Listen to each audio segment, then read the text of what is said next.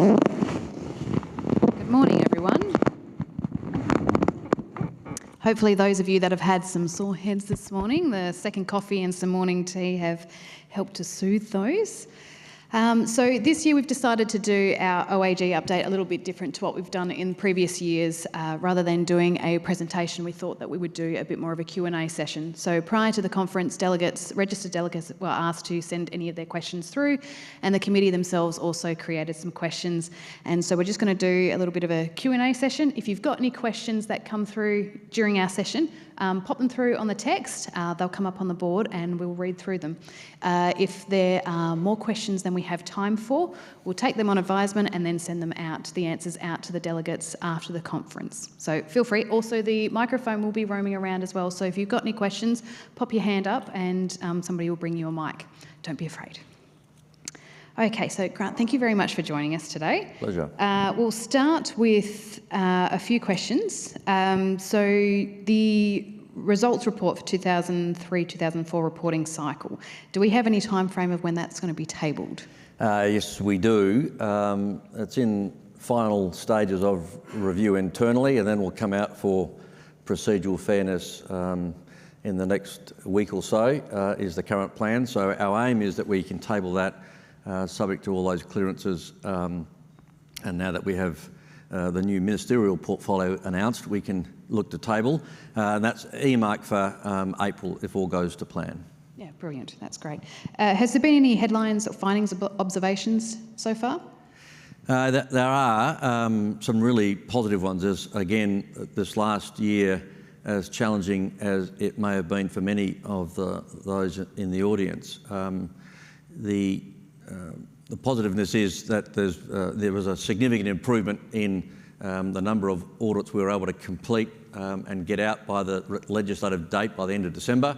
That's up to around 92%, and that's an improvement, albeit marginally, on the prior year, which was a significant improvement on the year before. So there are some really positive trends emerging in that front. At the end of December, there were 12 audits still outstanding. That's down to 9 as we speak. So again, better process and completion processes in place. No disclaimers this year thus far, and I remain hopeful that there won't be any, because that's not where any of us want to be. So that's, again, really positive. It means that those entities that unfortunately had that in the prior year have put the required effort and energy and resources into resolving those issues, which is fantastic. There are also fewer qualifications than last year. There were some 12 qualifications last year.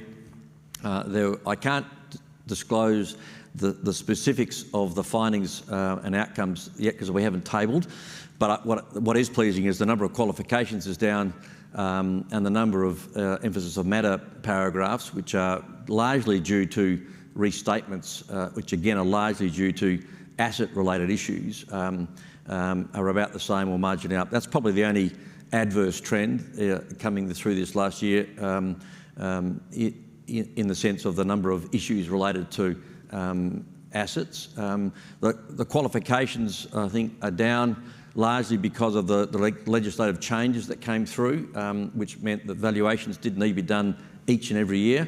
That certainly helped dramatically in that sense. So there are some really positive, and the number of audit findings, there were some 700 in 23 for financial audit, and about 400, just under 500 for the information systems audits. That's down significantly from that. So again, really positive that those in this room largely have actioned the findings of the past and are getting things in much better order, which is pleasing for all of us. That's great. Have you brought on any more accountant firms as well to do the audits, or the same number as what there were previously?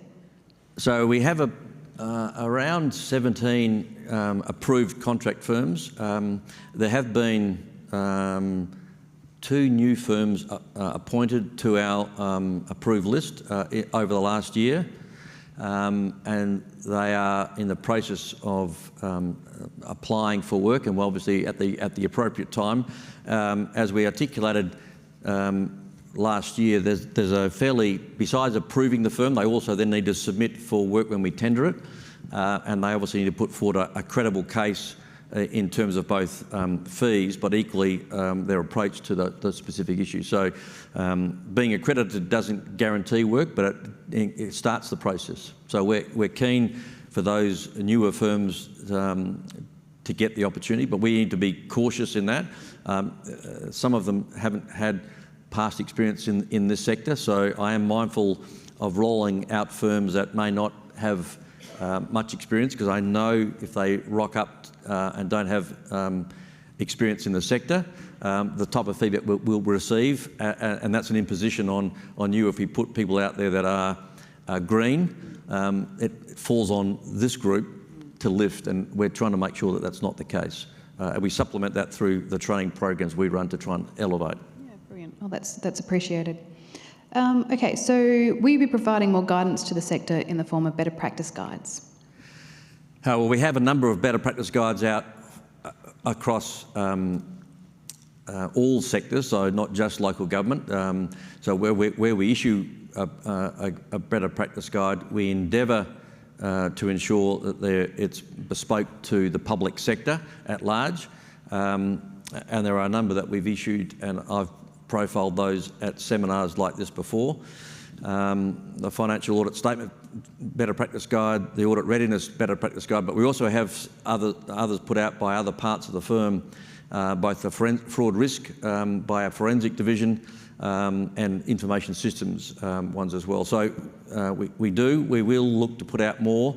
We're interested in feedback of where you think the value could be in a better practice guide. We are equally mindful we're appropriation funded for some things. Obviously the financial statement audits, both state and local, are fee recovered. And we need to make sure that if we're spending public funds, if it's something that's going to generate benefit.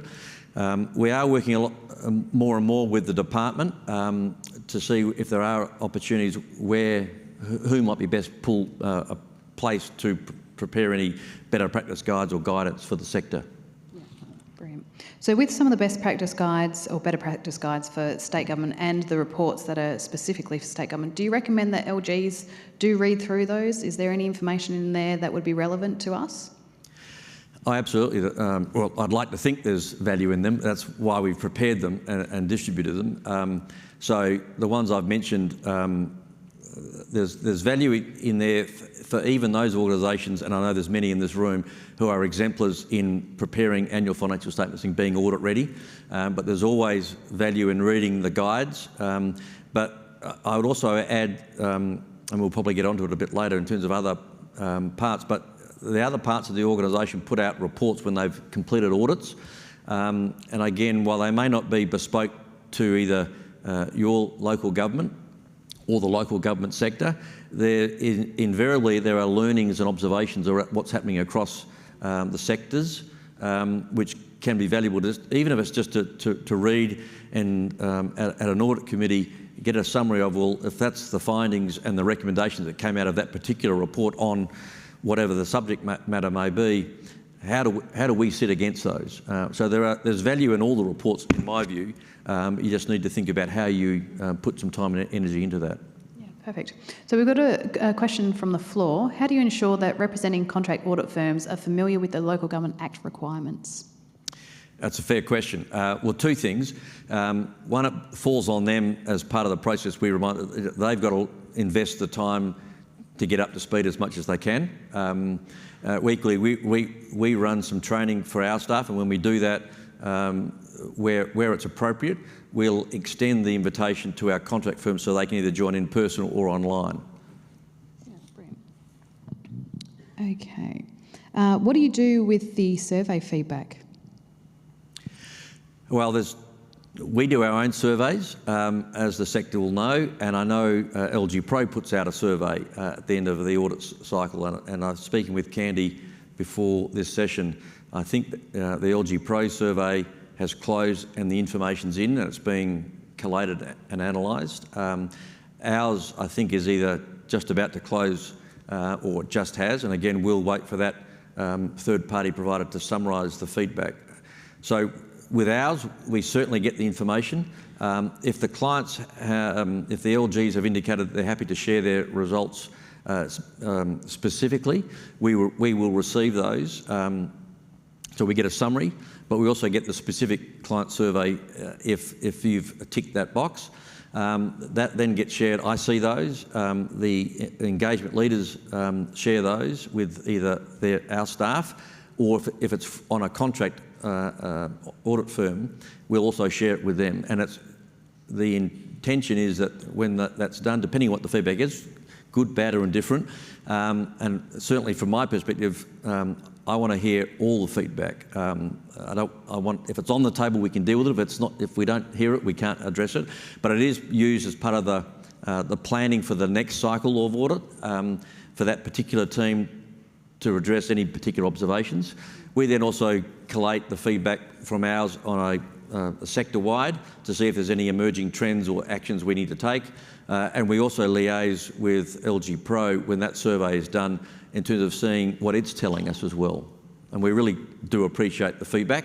Notwithstanding that survey information is valuable and useful, and it is, the best aspect is at the end, both during the audit and at the end, at the closeout meetings. I would urge and encourage you all to have a discussion with the OAG, and if it's a contract audit firm as well, their representatives, to talk about how things went, what we could do differently going forward. Better do it while it's fresh than relying on a survey per se. Yeah, brilliant. A lot of feedback that we've had over the last couple of years that does keep coming up is audit fees. So is the OAG looking at that cost recovery model, and can we have some more transparency around how those audit fees are calculated? Just when we heard how happy everyone was, you bring up audit fees. So I'm not endeavouring to burst one's bubble. So the answer is twofold. We are looking at our costs internally. One of our big initiatives this year, having rolled out last year our new audit methodology and tool, is to see, and part of that was to improve and enhance our audit process and our audit quality, but equally to create efficiencies. So we are looking in year 2 and beyond that we maximise those opportunities. Costs are increasing. That's no different for us than it is for you. We are looking at all avenues to minimise. That said, as came through in the public sector at the back end of last year, were salary increases. There's a 5% increase for 24, a 4% increase for 25 that we're in. So that's 9%, which we have to find and work out where we do with, plus there's CPI on top of that. So that's not to scare everyone here, but we're having significant fee pressures or cost pressures, and we're working through the best way of managing that. In terms of transparency, there's 2 aspects. I know there's a call for us providing details of audit budget and the like. That is not the current practice, both by us or our counterparts nationally. And the primary reasons for that is independence, that we don't get into a fee discussion haggling process. But that said, we are only a cost recovery business, and if you've looked at our annual report for the last few years, we are not making a surplus, so we're not making a profit, and that's not the objective. But we will be as transparent as we can, but the level of detail that we've been hearing the sector is wishing is probably something that will be a little bit less, will be more disappointing, so the happiness mode is going to go down a bit on that front. But we're happy to engage in whatever dialogue we can. We are working towards having fees completed much earlier. We committed to Parliament, into parliamentary committees earlier at the back end of last year, given there were issues around fees last year and the timeliness of that. We're working as best we can to have those finalised so that we can get communications out. We have earmarked the end of March. Given where we're at, that's going to be tight, but I think that's still achievable. Brilliant. So can you explain a circumstance where the audit fees may increase. So an LG has been given a price of what their audit's going to be, and if there's something that occurs, that will increase that price for them. Well, if you're talking during the audit, but if we're talking between last year and this year, the things that will drive an increase besides CPI and salary increments that we're incurring and seeking to pass on where appropriate. If there's a system change, if there's been significant changes in operations, a new trading activity has been established, all those types of things can have an impact. If there's been significant findings from the prior year which are continuing, they may impact how we set the fee going forward. If something happens during the year, when the audit's live, after we've already indicated the fee, that would normally be if the basis upon which we had mutually agreed the audit progressing and being undertaken, if the entity was unable to meet those timeframes because of change of staff, that may impact. But in most of those cases, we try to accommodate and I know this is happening because we suffer the same things, if there are staff changes which are unexpected and can't be avoided, early communication with us about the impact it's having on you may mean we can flex when we're planning to do the work to try and at least lessen the impact for you and for us. Yeah, great. So have we got any schedule of when the 2025 audit notification, fee notification is going to be? Sorry, what was that? The next year's audit fee. As I mentioned, we're in the final stages of finalising our fee determinations for this year. Actually, when I get back to the office today, I've got a scheduled meeting with the Auditor General and the Deputy to go through what we're proposing. As I mentioned, there are the increases that we're seeing in wages and salaries across the sector, and CPI is in the nudging around 12%. We're not looking to pass that on to the sector, but it would be it'll be less than 10 across the LG sector. Brilliant. With certain exceptions, and those exceptions are where we've gone to tender and the contract firms have submitted fees which have moved reflective of the nature of the events, and in most of those cases, in fact in all those cases this year, went through the tender process, we communicated with those organisations if there was a significant increment happening to put them on advance notice. Yeah, brilliant. Another topical issue at the moment is the independent chair for the audit committee, or the ARIC as they're calling it. We may have a bit more information in our department session later this afternoon, but do you have any update in relation to that independent member? Well, I'm not going to steal their thunder, and I'll be watching that session as well. That particular part of the legislation hasn't come through yet, so it's not live. When that is, I guess with the new changes of ministers, how quickly that'll all get pushed through is they'll have a better feel for that. I'm not sure whether they will have actually caught up with their new minister yet to talk those things through. Probably not, given that they were only announced the other day. Putting that aside, in terms of the independent chair of an audit committee, to me it's not currently required, but it isn't a bad thing. In that sense, I don't know that you need to wait for the legislation change to come through. If you think it's right for you, then you should be, I would be encouraging you to adopt it. I get that there can be some challenges in certain regions where they may have struggled to find the people who in that area, both economically and time commitment wise, but I think it's worthy of progressing the discussions. Brilliant. So current and upcoming performance audits, we've got the managing of purchase cards, management of the local government road maintenance, and management of gifts and benefits. How are these reports tracking? Well, they're not in my field, but to the best of my knowledge, they're tracking okay. With managing of purchase cards, clearly that's around the effective use of cards to make purchases, how they're issued, used, cancelled, and affected.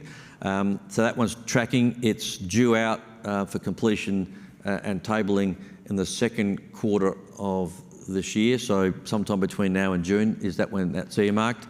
Local road maintenance, again, is on aspects around how one's managing the requirements to maintain roads. And I know there's been lots of articles in certain regions around that and who's got responsibility and the funding for it in particular. So again, it's focusing on those types of issues around where the responsibility sits, is appropriate funding being provided to enable the work that needs to get done to be done, and the like, and are entities assessing the risks of the project appropriately. So that's is tracking pretty well at this stage and is due out fairly soon. But I imagine sometime between now. Originally it was due out the first quarter of this year, which we're virtually there, so it's not going to happen. But I presume certainly by June 30 it will be. The other one was gifts and benefits. Again, no surprises what that one's really focused on. It's around what policies exist within the local government, the entities on protocols around gifts and benefits, but equally around whether there's appropriate understanding of what records to maintain, what to declare, when to declare it, and how to manage it. And I think in the early feedback we're receiving on that, as I understand it, is there is diversity of understanding of what and how that should be managed. So that'll be an interesting one. That's due out again the second quarter of 2025. Brilliant. Are there any new performance audits scheduled? So they're the ones for the local that are specific to local government. So again, when they're out, I would certainly encourage you all to look at those, not only for those entities that are selected for those audits, but it'll be relevant across the board. There are other performance audits afoot, which, while not bespoke to this sector, will be of relevance. One is Microsoft 365 security controls audit. So that's looking at governance, the administration and configuration of that program. Aspects around access management, data protection and the like. That's due out at the end of the calendar year if all goes to plan. There's another one on injured workers in the public sector, so again relevant to the sector as well. Mainly around what systems and practices you have for the return of injured workers back into the workforce, to make sure the workforce is safe for them to return and that you've got all the clearances and manage that process appropriately. It's probably relevant to the extent in this sector when I know in certain regions in particular where there's staffing is a real challenge. You want people to return to work quickly, but we also need to manage cautiously how we do that to make sure we're not exposing the individuals or the sector to greater risks. That one's due out the second quarter of 25, and the final one is administration of personal leave, relevant to all sectors. That's as much around making sure that as leave continues to accrue, the financial exposure continues to accrue, but it's also making sure, and in this sector in particular, the ability for people to take leave because of the shortage of appropriate staffing is a real challenge for councils to manage, keeping the balances as low as possible, encouraging staff to take leave so they can recharge their batteries and refresh, but equally you can't afford to do without them. So that's a real interesting one. Yeah. So a question's been asked whether or not all LGs will be scheduled for a performance audit, because there's obviously some that have not had one. How do these get scheduled? And what sort of time frame notice is the local government given? So in a perfect world, we would like to have all local governments part of a performance audit at some point, and there's various aspects of whether that's feasible or not. So in terms of the topics we're looking at, when we've determined the topic and we've determined who the relevant local government should be to best provide the information to make this audit achieve the objectives that we're seeking, those entities will be communicated with, and then there's an entrance meeting to talk through in a bit more depth what the scope is and what the implications, what information we'll need, the timeframes. So there's as much communication around that at the time. If when we start an audit or we've given you a heads up that you may be included, if the timing of that may not align with your resourcing needs, that's a dialogue you can have. It may mean we select someone else. It may not. Depends what the circumstances are. And then in terms of how we select, we're gathering information from the public, from Parliament and the ministers, from the organisations themselves, and from our own observations across both public and the LG sector, what topics and themes might be emerging which might warrant some further consideration and review.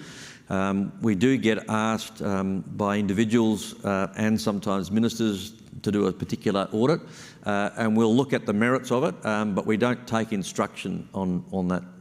We have a topic selection process which is looking out for multiple years in terms of what topics we want, because some in particular in the performance space can take a while to frame up what the focus should be, bearing in mind we also need to work within the budget constraints we're given. So some audits could be very significant and sizable. It's a question of where the best public use of our funds are as well. Yeah. So speaking of changes, does the OAG foresee any changes in audit methodologies due to technological advancements such as AI in financial reporting? Yes is the short answer, hence why we've just changed our audit tool ourselves to take advantage of emerging trends in technology. We are looking at it across the office, other AI opportunities. Be fair to say, as you'd expect for us, we're looking at it cautiously. We're aware it's happening in the sector, so we're probably not going to be a developer of an AI instigation or process, but we will look to be rapid adopters of those that are developed across the auditing profession. That said, we're also looking at what's happening in sectors, both public and private organisational aspects, to see where it's being deployed and to ensure that, one, it's where we've got the skills to audit it. And it will be in the results report when it comes out, some commentary around it. Certainly engage, understand what's possible, consider it, but equally yourselves be cautious, because whatever is being used to generate information for analysis, you need to understand what decisions that information is being, it's planned to be useful to help make decisions. Because if it's driving information which is going to end up in the financial statements of local governments, it also needs to be auditable. And you've got security of information aspects to consider. So again, it's happening. We can't ignore it, but be cautious, both yourselves as we are, in how we apply it and to make sure it's audit evidence available. So with our contract auditors moving more of their work online to their own platforms, is there any checks and balances in relation to their platforms that the OAG does? Well, if they're planning to use cloud services, etc., obviously we have our own policy that, as consistent with that of government and the state, that information can't be offshore. So if they are using a cloud, as do a lot of the public sector entities and now some local governments, it can be in the cloud. It needs to be onshore. And then we do make sure that their protocols around, that is our contract audit firms, have appropriate protocols around how that's used and controlled. So we allow them to use their audit methodology. We obviously understand what that methodology is as part of their approval process, and that includes how they're planning to use cloud and AI tools to be efficient. Yeah, brilliant. Question from the floor. Is there a formal feedback process to evaluate the audit firm who conducts the audit? Yes, there is. For the firm, we issue a feedback form which covers, which is from us on behalf of us if we've done the audit ourselves in-house, or if we've engaged a contract firm. So that form provides you an opportunity to provide feedback on how the OAG have operated, how the contract audit firm has operated, and how we collectively have performed in that sense. And I know the LG Pro survey also provides specific feedback on the contract firms and the OAG. So I think the answer is you're given ample opportunity, and I think in both forms there's ample free-form commentary opportunities as well, which is often where the most valuable feedback comes. Yeah, brilliant. Is there any new key focuses for the next audit cycle? Anything different we're looking at? Well, other than looking at the topic we just talked about in terms of if parties are looking at the use of AI or something, no new audit processes. Obviously, we're looking to we've rolled out the new audit methodology and tool, so we're looking to enhance that where we can this year. Obviously, the firms use their own if it's a contract audit firm. So other than applying that, there's no new things that we're looking to institute, and there's no new auditing standards which impact the auditing process. There are some auditing standards being finalised, but they're not applicable for this year. And there's some modifications to a number of accounting standards, but none of those have significant impact. The only one that is a revision to the fair value accounting standard, but again, the position the sector has taken and the advice from the department through the LG alerts covers that aspect off adequately. So no fundamental changes there. Brilliant. So we've got a few more minutes left. Is there anybody on the floor that would like to ask a question? You pop your hand up. Is there anyone? No? Okay, we'll keep going through the slides then. Will the OAG consider developing a better practice guide for the treatment of underground power services charged in local government to ensure consistency rather than each LG applying differently? It's a good question, and I have seen that in a number of local governments, that aspect. The short answer would be I'm not so sure that's the best use of our resources to prepare a practice guide on what is a relatively it's not applicable to all local governments. So I guess our better practice guides are prepared where they have mass application. To me, but I'm happy to take that up. That's probably more of an issue for the department to perhaps put out some guidance, and we could be part of that process, a bit like we provided input and are continuing to provide input to the department on the valuation guide that they're preparing. That's probably, on that particular topic, that's probably where we can provide the most valuable input. Yeah, brilliant. Sorry, that last question, thank you. Do you have a view on what information would be appropriate to be released publicly, such as a management audit letter or audit exit report? Well, both those documents are provided to the organisation, representing our findings at a point in time. In particular, the audit exit report can be provided to facilitate the closeout of the audit. So it may not be final in the sense that there may be outstanding issues to be resolved. So that's probably not, in our view, that's not appropriate to be made public, because it may not be a final position, and it's for management and council. We do provide the management letters when they're issued to the minister, but again, that's not on public record. I think it's up to the councils and the organisation to decide what information, if there's inquiries from your stakeholders as to the outcomes, it's up to the organisation to work through what is deemed appropriate to put in the public domain. But those documents we wouldn't suggest they are, because they can be put in time and things may have changed by the time they are publicised. But again, once we've issued the document, both the management letter and the exit reports, they're in management's hands. We would not encourage them to be put up on one's website, but what you divulge in a public forum at some point, it may be something worthy of consideration. Brilliant. Another question from the floor. How do you determine the level of audit effort at each LG? We are a small local government and previously had 4 auditors assigned for 4 weeks of field work for the final audit. This was obviously then reflected in the fee.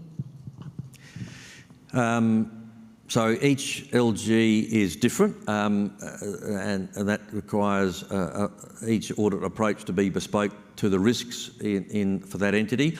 That said, across local governments, the risks are not uncommon between a large and a small, but the level of operations of a small and the number of staff they've got to do it.